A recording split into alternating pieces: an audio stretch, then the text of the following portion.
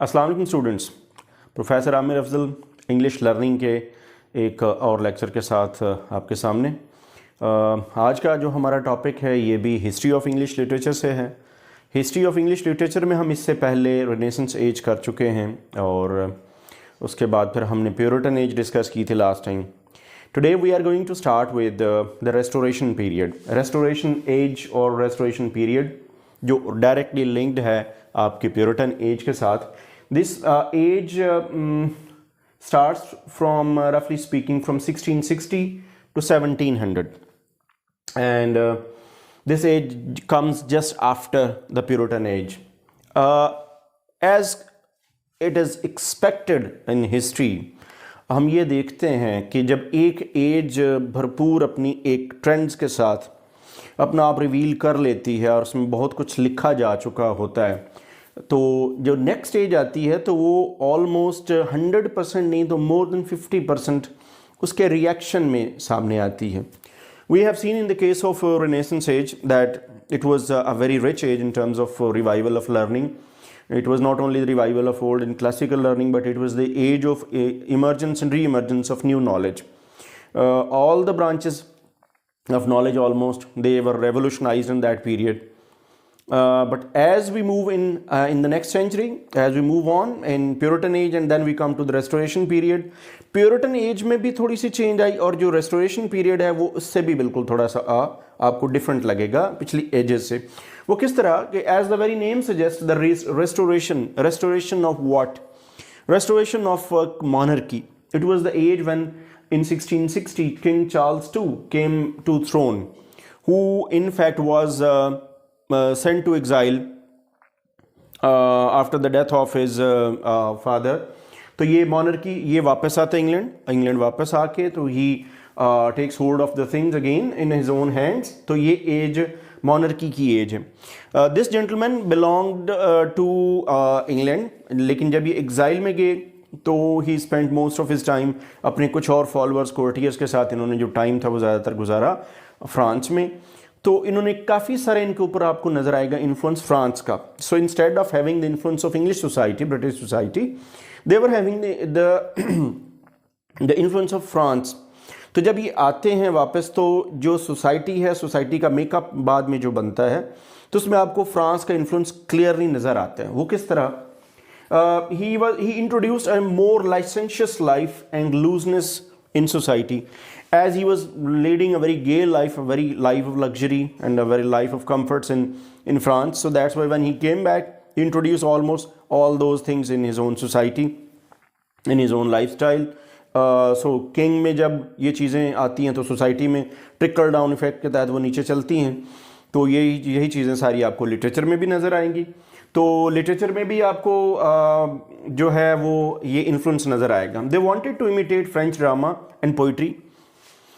इन्होंने बजाय ये कि शेक्सपियर, मार्लो, बेन जॉनसन जो इनके प्रेडिसेसर थे इस एज से पहले के, बजाय ये कि ये एलिजाबेथन्स को फॉलो करते या लेटर मेडिवल को फॉलो करते, तो उनका इन्फ्लुएंस लेने के बजाय जो रेस्टोरेशन पीरियड के किंग और उसके कोर्टियर्स और फॉलोअर्स जो उसके मसाहिबीन थे, उन्होंने ज़्यादा जो इन्फ्लुएंस लिया वो फ्रेंच ड्रामा और फ्रेंच पोइट्री से लिया. That's why they started to imitate the French values. Old Elizabethan spirit and Puritan spirit became the story of past. ये इसलिए past का बन गई कि ये लोग बिल्कुल ही नए थे. जैसे मैंने बताया कि ये लोग एक बहुत लंबा अरसा बाहर गुजार के आए थे. So that's why restoration period comes up not only with the restoration of monarchy but restoration of a new era, restoration of a new setup, revolution of a new mindset. तो इस माइंडसेट के क्या trades आपको नजर आते हैं, कौन से ट्रेंड्स नजर आते हैं? The very first trend which comes before our very eyes in literature, that was the ugly shape of realism. It was very coarse and inferior literature. It was because they tried to introduce realistic picture, realistic portrayal instead of following the romantic imagination, medieval के romances या imaginative faculty को ज़्यादा enhance करते. इन्होंने realistic pictures दिखानी शुरू कर दी ज़रा बड़े कॉम्पैक्ट स्टाइल में. But these pictures were not that much impressive as we see in the case of some of the works of medieval age and the renaissance age, इस एज में आपको उस तरह से नज़र नहीं आती. So it was not a kind of impressive picture, the coarse and inferior kind of literature we see. Tendency to preciseness, directness and simplicity of expressions. They did not try to beautify or ornament the language with the verbose style and the grandiloquent, जो हमने last time बात की थी कि जो आपके Puritan as है उसके अंदर ये सारी चीज़ें मौजूद हैं, बट इन्होंने बिल्कुल उसके उलट किया. Instead of following the grand style, the grand vocabulary, ornamental language, figurative language, इन्होंने बड़ी करेक्ट, प्रिसाइज और बड़े कॉम्पैक्ट स्टाइल में एक बड़े ही सतही आर्टिफिशियल किस्म की एक रियलिस्टिक पिक्चर सोसाइटी की, एक बड़ी फ्रिवलस किस्म की जो पिक्चर है वो पोर्ट्रे करने की कोशिश की इस एज की पोइट्री और ड्रामा में इस एज के राइटर्स ने. Then they introduced a kind of use of reasoning rather than romantic fancy. Reasoning based होगी, जैसे मैंने बात बताई इससे पहले कि रियलिस्टिक थे. सो जो रियलिस्टिक होता है ही mostly works on reason instead of following fancy, fantasy, imagination. They focus more on reason, rational approach or the picture found in society mostly. उस वक्त एक रॉयल सोसाइटी भी बनाई गई थी. उस रॉयल सोसाइटी का काम ही ये था कि यही जो सारे ट्रेंड्स हैं वो उस वक्त के राइटर्स में ये प्रमोट किए जाए ताकि यही कुछ सोसाइटी में जाए, क्योंकि बादशाह सलामत की ये मिजाज था. So that's why it must have been prevailing there. इस एज के सबसे बड़ा नाम जो है हमारे पास आता, that is Dryden, John Dryden. Use the same for prose. Dryden का ताल्लुक भी सेम एज से था. Ultimately he decided to take up the same fashion, he decided to take up the same life style, writing style, language. Verse में, prose में he almost adopted the same for prose.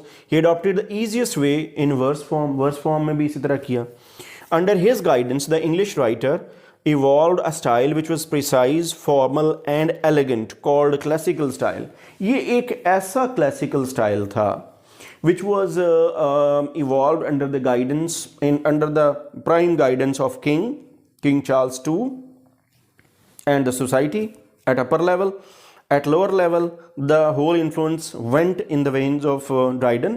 Dryden was the most famous and one of the most quotable person from that era. इन्होंने अपनी pros में, अपनी verse में, अपनी poetry में वही correctness, elegant style, brief, precise, जैसे मैंने आपको बताया, फॉर्मल सा स्टाइल उन्होंने लेके आए. इन्होंने को बहुत ज़्यादा रिचनेस ऑफ लैंग्वेज को इंट्रोड्यूस नहीं करवाया, ना ही रिचनेस ऑफ थीम्स को करवाया. ऑर्डिनरी थीम्स लिए और ऑर्डिनरी वे में इन्होंने प्रेजेंट कर दिए. So this was a brief introduction to the age that is the Restoration period. I have discussed some of the traits and trends of this age in this brief video. In the next video, inshallah, I'll come with Restoration drama and prose. इस video में सिर्फ इतना ही. Thanks for watching.